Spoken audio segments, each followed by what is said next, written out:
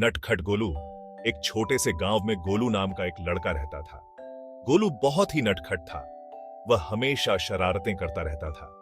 कभी वह पेड़ पर चढ़ जाता तो कभी कुएं में कंकड़ फेंकता। गांव वाले अक्सर उसकी मां से शिकायत करते थे, पर गोलू अपनी शरारतों से बाज नहीं आता था। उसे तो जैसे शरारतों से ही प्यार था। एक दिन गोलू जंगल में खेल रहा था। वह इधर उधर दौड़ रहा था, पेड़ों पर चढ़ रहा था और पक्षियों के पीछे भाग रहा था। अचानक उसकी नजर एक अजीब सी टोपी पर पड़ी। वाह, ये टोपी तो बहुत सुंदर है, गोलू ने कहा। वह टोपी को उठाकर अपने सिर पर रखने ही वाला था कि एक आवाज आई, रुक जाओ। गोलू डर गया। उसने इधर उधर देखा, लेकिन उसे कोई नहीं दिखा। फिर वह समझ गया कि यह आवाज तो टोपी से ही आ रही है। ये टोपी जादुई है, टोपी ने कहा। इसे पहनने से तुम जो चाहो बन सकते हो। गोलू की आंखें खुशी से चमक उठी। क्या मैं सचमुच जो चाहूं बन सकता हूं? उसने पूछा।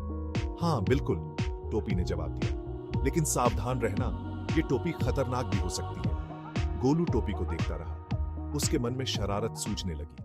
गोलू ने सोचा, काश मैं खरगोश बन जाऊं, फिर मैं खूब तेज दौड़ पाऊंगा और कोई मुझे पकड़ नहीं पाएगा। जैसे ही उसने यह सोचा, वह एक प्यारे से सफेद खरगोश में बदल गया। उसकी नाक गुलाबी थी और उसके कान लंबे लंबे थे। वाह, यह तो कमाल है, गोलू खरगोश ने खुशी से उछलते हुए कहा। वह जंगल में इधर उधर दौड़ा। वह इतनी तेज दौड़ रहा था कि हवा भी उसके साथ नहीं चल पा रही थी। गोलू खरगोश को अपनी नई शक्ति पर बहुत घमंड हो रहा था। वह सोच रहा था कि अब वह कितनी शरारतें कर सकता है। गोलू खरगोश जंगल से निकलकर गांव की तरफ दौड़ा। उसे मुखिया जी का बगीचा दिखाई दिया। मुखिया जी का बगीचा बहुत सुंदर था।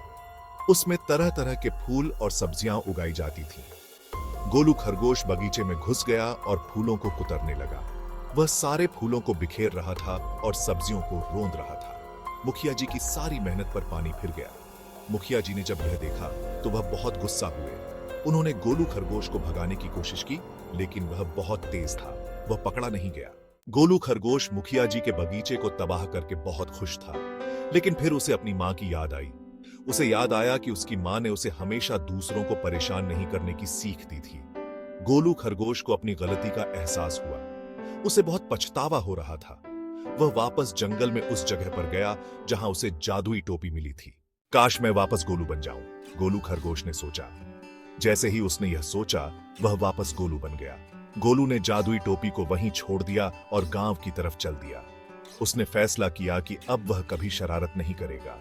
वह हमेशा दूसरों की मदद करेगा। गोलू ने मुखिया जी से माफी मांगी और उनके बगीचे को ठीक करने में उनकी मदद की। गांव वाले गोलू के बदले हुए व्यवहार से बहुत खुश हुए। अब गोलू सबका प्रिय बन गया था।